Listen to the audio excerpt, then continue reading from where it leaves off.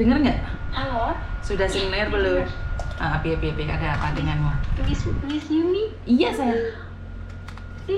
Kok diangkat? Loh, tak matiin lagi gitu ya? Enggak. Soalnya saya udah coba telepon beribu-ribu kali nggak bisa. Tapi paham sih karena banyak yang telepon. Oke, sorry. Ada yang bisa dibantu sayang? Di sini sehat? Sehat, syukur alhamdulillah. Alhamdulillah. Nah, saya tuh mau curhat terus sama mau tanya juga. Oke, kamu tahu kan setiap kali telepon masuk ke saya secara langsung dan tidak langsung masuk di YouTube sama di Facebook. Jadi hati-hati, jangan pernah menyebut nama siapapun termasuk namamu sendiri karena saya tidak ingin setelah viral kalian minta take down. Ada apa sayang? Iya. Nah, jadi gini loh. Ini dari awal. Dulu di kontrak pertama, saya itu sama majikan sering berantem. Masalahnya banyak. Nah, salah satu masalahnya itu adalah soal makanan gitu loh. Majikan saya kan suka lupa ngasih saya lauk gitu kalau misalnya habis makan gitu. Misalnya tuh habis masak malam terus udah beres semua di meja, terus mereka makan, terus aku di dapur kan. Nah, terus majikan saya bilang, ayah Cece, kita pelisung, katanya gitu. Tapi kan saya udah selesai makan, terus mereka juga udah selesai makan kan. Nah terus oh yaudah nggak apa-apa gitu. Singkat cerita, terus sampailah pandemi awal itu dia di PHK dari kerjaannya. Terus dia di rumah 1 tahun full, terus yang masak dia teruskan. Nah jadi setiap masak itu pasti nanya, ini kamu makan ini nggak, makan itu nggak gitu. Oh makan, biasanya waktu itu pilihannya daging gitu, makan gitu.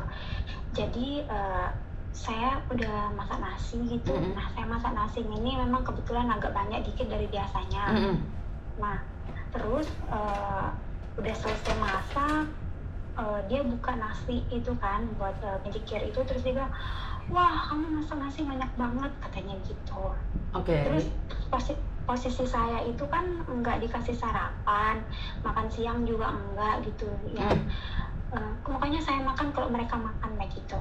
Nah terus saya tuh tersinggung gitu karena saya ngerasa udah sabar nih, nggak dikasih sarapan nggak apa-apa, makan siang dan makan malam pun masih diprotes nasi kebanyakan gitu. Katanya buang-buang nasi, siapa yang mau makan, kamu tahu kan kita makan cuma bertiga, posisi dia anaknya 2 sama 4 sama saya kan gitu.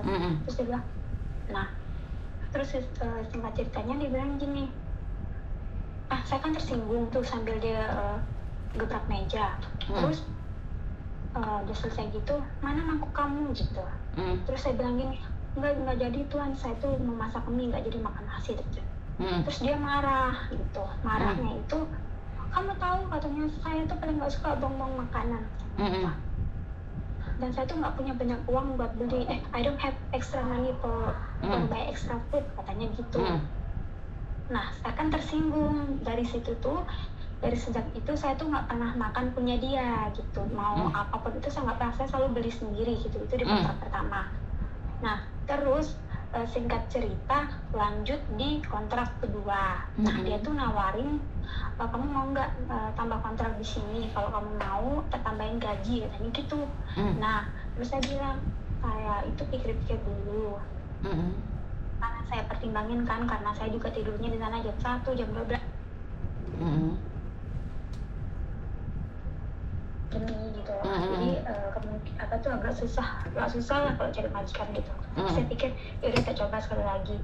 Saya tuh mau tambah kontrak dia dengan syarat kasih saya uang makan, terus atur libur saya karena saya libur hari biasa. Saya mau libur dari Minggu, terus saya nggak mau tidur di atas jam 12, minimal itu jam 11 gitu. Akhirnya karena waktu itu kan pandemi, dia mau nggak mau harus nurutin saya gitu karena kan sangat membantu gitu. Akhirnya kita deal gitu, tapi di dealnya tuh dia bilang gini, katanya ya aku kasih kamu makan, kamu itu pintar katanya, kamu nggak mau dinaikin gaji tapi kamu minta lebih dari itu katanya. Kan totalnya tuh kalau sama uang makan kan 5.700 gitu.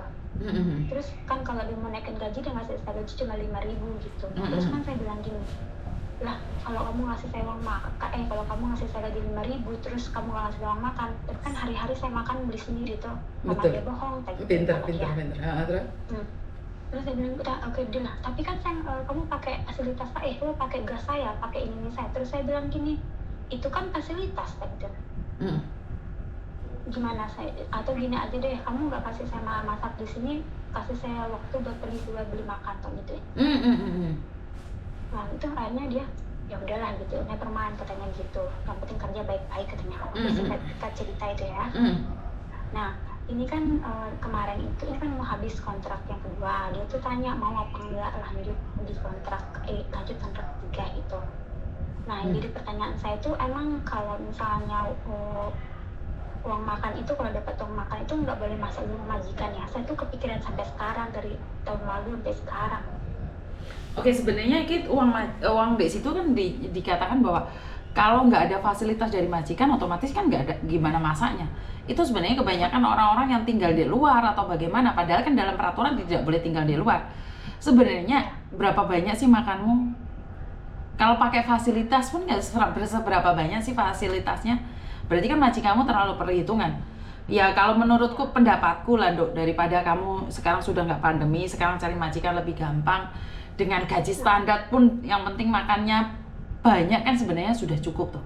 Iya. Karena saya sekali lagi saya selalu menjelaskan sama majikan bahwa Cece Indonesia itu suka makan nasi. Iya. Jadi kalau nasi diperhitungkan itu orang Indonesia sangat tersinggung sekali. Itu saya sangat tahu sekali kalau masalah nasi. Kamu apapun nggak dikasih cemilan nggak apa-apa, yang penting dikasih nasi, benar nggak? Iya. Jadi nggak usah khawatir loh. Kalau kamu merasa sudah tidak sesuai ya udah pergi aja. Benar nggak? Iya betul. Nah, terus yang anehnya itu kan dulu kita berantem ini masalah uang, masalah makan, sering banget berantem masalah makan gitu loh. Dan anehnya setelah kontrak kedua itu mereka tuh berubah 180. Jadi kayak mereka tuh ngasih saya uang makan, tapi mereka juga ngasih saya lauk gitu loh, men. Itu buat saya kayak malu gitu loh. Ini gimana konsepnya ya gitu kan? Saya maksudnya tuh biar nggak usah ngasih lauk, kan dulu nggak ada uang makan, saya sering dilupain gitu makannya gitu. Kadang-kadang nggak makan gitu. Lah setelah saya minta uang makan, mereka maksa masak, pokoknya kalau kamu manain nggak usah, tapi tetap dipaksa gitu, malahan lauknya sampai nggak habis gitu. Itu kayak gimana gitu. Ya biarin aja, itu kan mereka. Yang penting kamu sudah melakukan bagianmu dan kamu mengerjakan bagianmu. Jadi nggak usah dipertanyakan perlakuan mereka, Dok. Karena kamu melakukan yang terbaik, sayang. Itu adalah bonus buat kamu. Ngerti nggak? Itu adalah bayaran yang selama ini kamu tunggu di tahun pertama. Jadi tuh kayak sedih sih. Jadi itu adalah rasa syukur yang harus kamu perlebihkan lagi. Ingat, di luar sana banyak orang yang tetap menderita walaupun sudah renew kontrak. Ini syukur ya kamu dapat lebih baik lagi. Ngerti nggak? Iya, alhamdulillah. Berarti kan syukurnya ditambahin. Iya kan? Iya, jadi ditenangin dirinya. Ya syukur alhamdulillah loh. Ini anggap aja dulu nggak dikasih makan, sekarang sudah dikasih uang makan plus makan loh.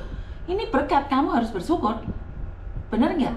Lah kalau kamu dapat lebih, jangan lupa memberikan pada orang yang membutuhkan. Seperti tetanggamu yang ada di rumah di Indonesia ya. Kalau kamu dapat lebih kan sekarang ya. Kalau dulu kasaran orang ngomong gajimu cuma 4.000, kasihkan tetangga separuh itu cuma 100-200, jadi tambahin 300 loh. Jadi saat kamu mendapatkan lebih, kamu harus menguranginya lebih, sayang. Rezekimu ben nyantol. Kan banyak orang yang bilang tidak peduli, wong yang dapat kamu kok, kenapa aku harus sedekah? Sebenarnya sedekah itu bukan karena paksaan, tapi karena dari hati. Wes soalnya saat kamu memberi, rezekimu gak kurang, rezekimu nambah sampai turah. Ya. Sekarang kamu itu kembali pada kamu. Kalau kamu merasa nyaman, ya renew aja. Tapi kalau kamu merasa tidak nyaman, yo pergi yo. Mumpung masih awal. Jadi hidup ini harus dinikmati, jangan dibikin sedih sendiri. Iya. Ada yang lain lagi? Gak ada, sehat-sehat ya. Iya sayang, begitu juga dengan kamu. Semoga rezekimu melimpah, kesehatanmu dan keluargamu bisa mendapatkan rezeki itu dimanfaatkan dengan baik. Amin Allah. Makasih, Mem. Sukses selalu buat kamu ya sayangnya. Amin. Oke. Makasih. Waalaikumsalam. Assalamualaikum. Waalaikumsalam. Sampai keliru Mbak ya, belum salam, saya sudah salam duluan karena kebetulan banyak telepon yang udah masuk. Jadi ini adalah satu cerita, satu sisi dimana di awal tahun itu sangat menyedihkan sekali, tapi syukur alhamdulillah berkat kesabaran dia juga dia mendapatkan apa yang seharusnya dia dapatkan di kontrak pertama. Ini adalah salah satu cerita yang sangat saya tunggu, dimana tidak selalu negatifnya majikan. Jadi ada sisi negatif, ada sisi positif, kan tidak mungkin dong kamu cuma menceritakan yang jelek tapi kamu tidak pernah menceritakan yang baik. Begitu juga saya selalu menghimbau buat teman-teman yang lain yang di luar sana, ayolah bekerja sama, ayolah kita bergabung, bahwa kita pasti bisa, kita pasti mampu. Kenapa? Dengan kekuatan kita yang selalu bersemangat, kita akan lebih mendapatkan lagi apa yang kita inginkan.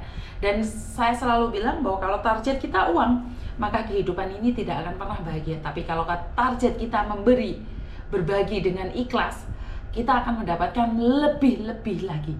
Jadi ini yang sering saya katakan, Anda boleh percaya, Anda boleh tidak, karena kehidupan dan cerita hidup seseorang itu tidak sama. Kalau kalian sendiri aja tidak yakin, jangan ngarep orang lain akan yakin dengan kita. Jadi kalau dari diri kita aja nggak bisa, bagaimana orang lain bisa-bisa? Jadi tumbuhkan rasa percaya diri di sini. Kalau hari ini kita tidak bisa, yakinlah kamu pasti bisa. Keyakinan itu yang akan merubah segalanya. Saat marah, yakin kamu pasti bisa. Gimana? Pikiran aja nggak tenang. Lihatan orang-orang yang marah, mukanya kan kerutannya lebih banyak. Lihatan orang-orang yang marah, senyum aja sulit. Kenapa? Uratnya ini pada putus semua. Kalau orang marah, mendelik-mendelik semua toh. Tapi kalau saat orang tersenyum, itu mukanya lebih lebar. Jadi jidatnya lebar, nggak ya, cuman bercanda ya. Maksud saya adalah orang yang tidak ada dendam, tidak ada kebencian, mukanya lebih berseri-seri. Kenapa? Bukan karena dia cantik, bukan karena dia semlohe, tapi karena apa? Pancaran dari dalam itu keluar, itu memberikan cahaya. Loh, orang hitam itu tidak punya cahaya? Tidak. Orang hitam bukan berarti tidak punya cahaya. Banyak orang hitam tuh kelihatan lebih cantik lagi daripada yang putih. Kadang-kadang putih puyeh juga percuma. Ya, kayak saya putih yuk. Kadang-kadang aku sampai wedi pas Mbak E foto pakai kamera beauty, ngulu ada karena muka aku berubah jadi putih, padahal itu bukan asli saya. Kenapa? Karena bukan apa yang terpancar di luar ya Mbak ya, apa yang bukan dikeluarkan dari foto ya. Banyak akhir-akhir ini video-video dan foto itu lebih menarik dibandingkan orang aslinya. Kenapa? Ditanyain, Mas pakai bedak apa sih? Ya diedit aja selesai. Jadi diedit aja nggak usah pakai bedak, walaupun jerawatnya sak kenong-kenong. Kalau diedit itu kelihatan cantik. Tapi kan saat ketemu secara langsung itu dua orang yang berbeda. Karena itu saya selalu bilang, saya pribadi, saya tidak mengatakan orang lain, saya pribadi itu lebih suka apa adanya. Jadi pakaian saya juga yang penting saya sopan, pakai baju sopan dan tidak berlebihan. Karena sekali lagi mungkin banyak orang yang mengira Miss Yuni ngelambinnya baju tidur, karena sekali lagi saya tidak usah keluar dari rumah. Kasar orang ngomong, saya cuma tinggal di rumah, saya menikmatin hari-hari saya di rumah, nunggu suami saya pulang. Apalagi kan suami saya selalu bilang nggak usah ngoyok kerja, di rumah aja dan sambil buat konten dan dengerin curhatan kalian. Jadi yang saya tidak bisa mendengar telepon adalah saat suami saya ada di rumah. Ini sudah perjanjian saya dengan suami saya tidak bekerja, tidak apa-apa. Yang penting suami saya pulang, saya tidak mendengarkan telepon ataupun main HP. Ini udah perjanjian saya. Saya akan membantu Cece semuanya. Saya diizinkan membuang waktu saya bersama kalian, tapi saat suami saya pulang, suami saya cuma butuh waktu berapa sih, Mbak? Jam 7 dia baru pulang, baru nyampe rumah jam 7, jam 8, jam 9, jam 10. Jam 10 ini suami saya sudah tidur. Karena itu setelah dia tidur, saya akan menemani dia tidur, bangun dia jam 6, dia melakukan aktivitasnya, dan di situ saya akan melakukan aktivitas saya. Jadi buat mbak-mbaknya sebenarnya kalau telepon yang terbaik adalah bukan setelah jam 7.